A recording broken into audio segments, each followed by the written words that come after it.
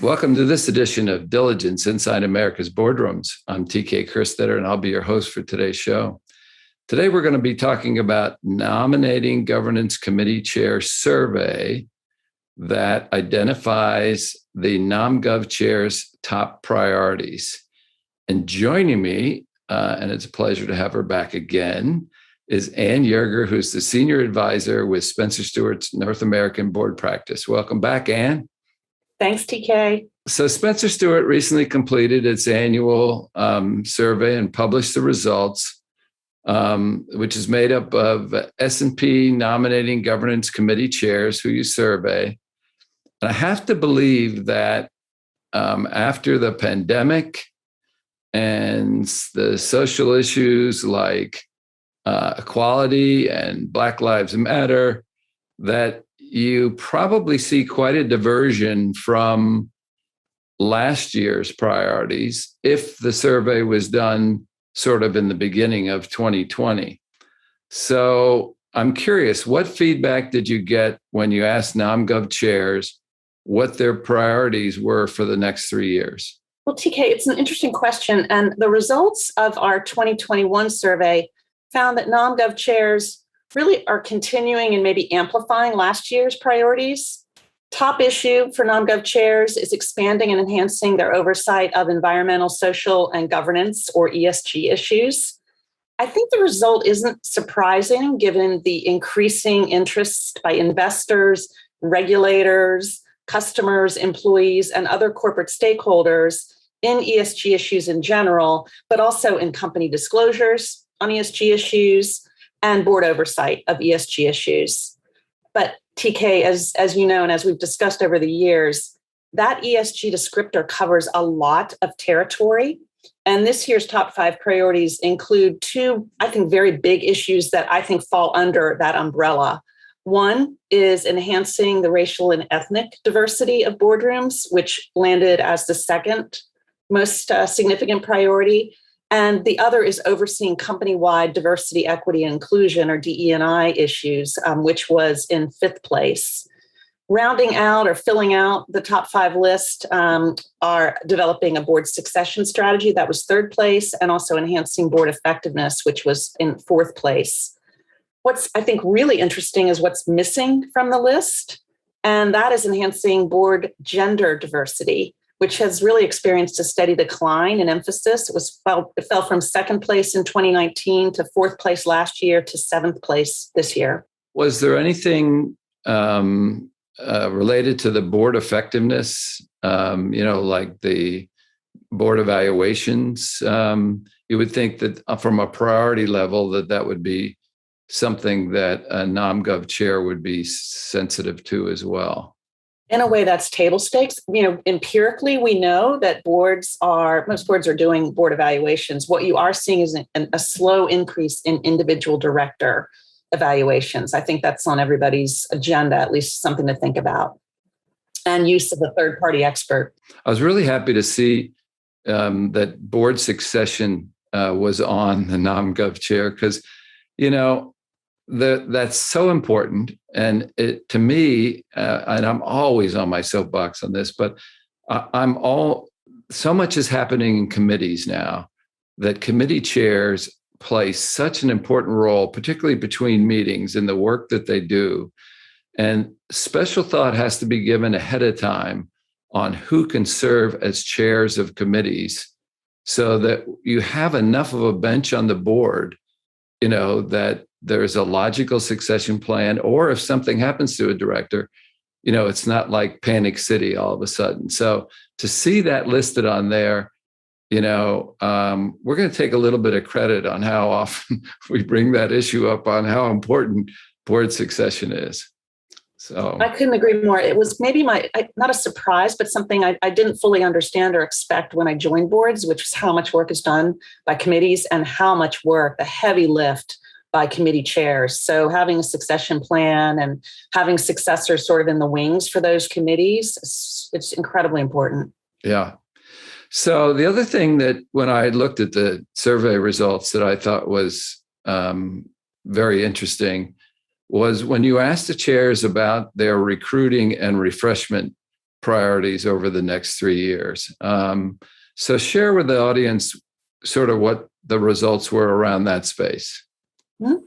Well, as we just discussed, the issues of board refreshment and board composition really are the key responsibilities of the NonGov committee. It has been, they have been forever.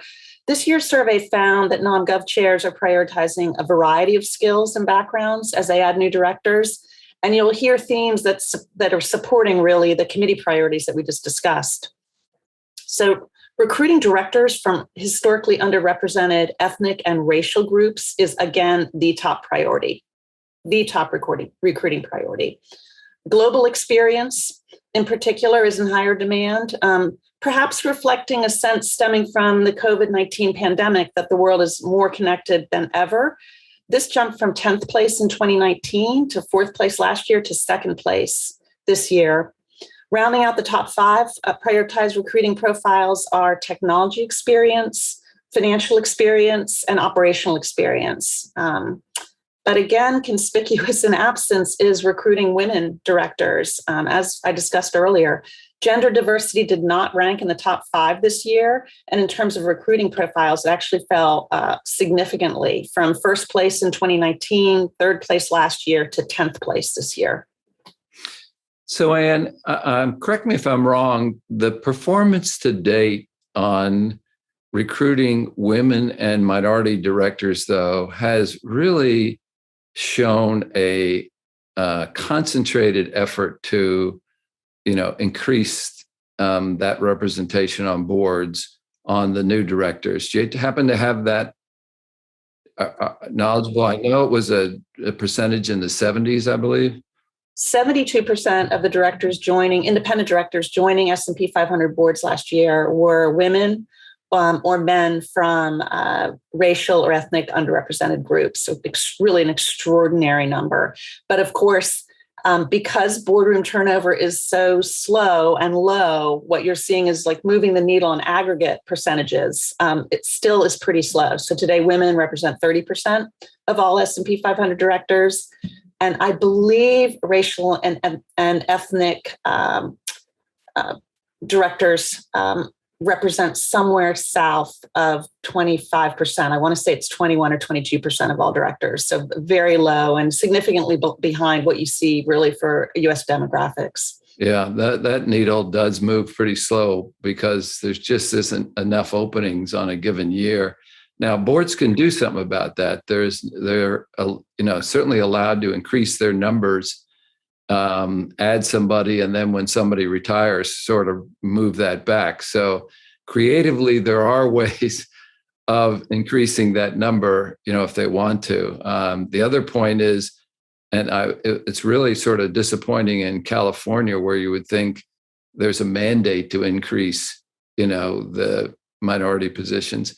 The representation of the Hispanic community is really falling woefully behind even the other ethnic groups, and Hispanics and Latinos is our largest ethnic group. So, I hope the efforts of the Latino Corporate Directors Group and others will build that those numbers up a little bit. But let's just keep our fingers crossed that number, even though it moves the needle slow, if it keeps rattling off at that percentage, 3/4 of the people added, we will at least see some effect over the, next 4 or 5 years. Absolutely. And really, the results of the survey suggest there is quite a focus on this space. So I think I expect to see continued high numbers when it comes to the new class. It's just we're going to have to be patient as we see those aggregate numbers change. It's going to be slow progress. And no surprise to us, you and I, a lot of this is due to the emphasis by investors, on what's important to them. And, again, they have gotten much more vocal and aren't afraid to withhold votes against boards or directors who don't seem like they're responding at all. You got it. You used to think of the NonGov committee as sort of the sleepy committee. Not anymore. That one's in the spotlight, and the committee chair in particular. And for boards not making sufficient, adequate progress in these areas, I think you're going to find against votes against non-gov chairs and even committee members. Who knows? Maybe they'll even pay those chairs closer to what they pay the comp and audit chairs. So where can people get a copy of the full results of this survey? Because I think they'd find it interesting. Great. Love to have folks visit our website at www.spencerstuart.com. And thank you, TK. Well, thank you for taking the time. It's always great to, you guys publish some excellent research. I know you have your annual board index coming up, where we'll be anxious to hear those results. And I'm always appreciative when you take the time to join us. Thanks for the time, TK. And that will conclude this edition of Inside America's Boardrooms. We hope you enjoyed the show. We'll be back again next week when we take another look at a critical topic that'll help you be a better board member or committee member. So we'll see you then.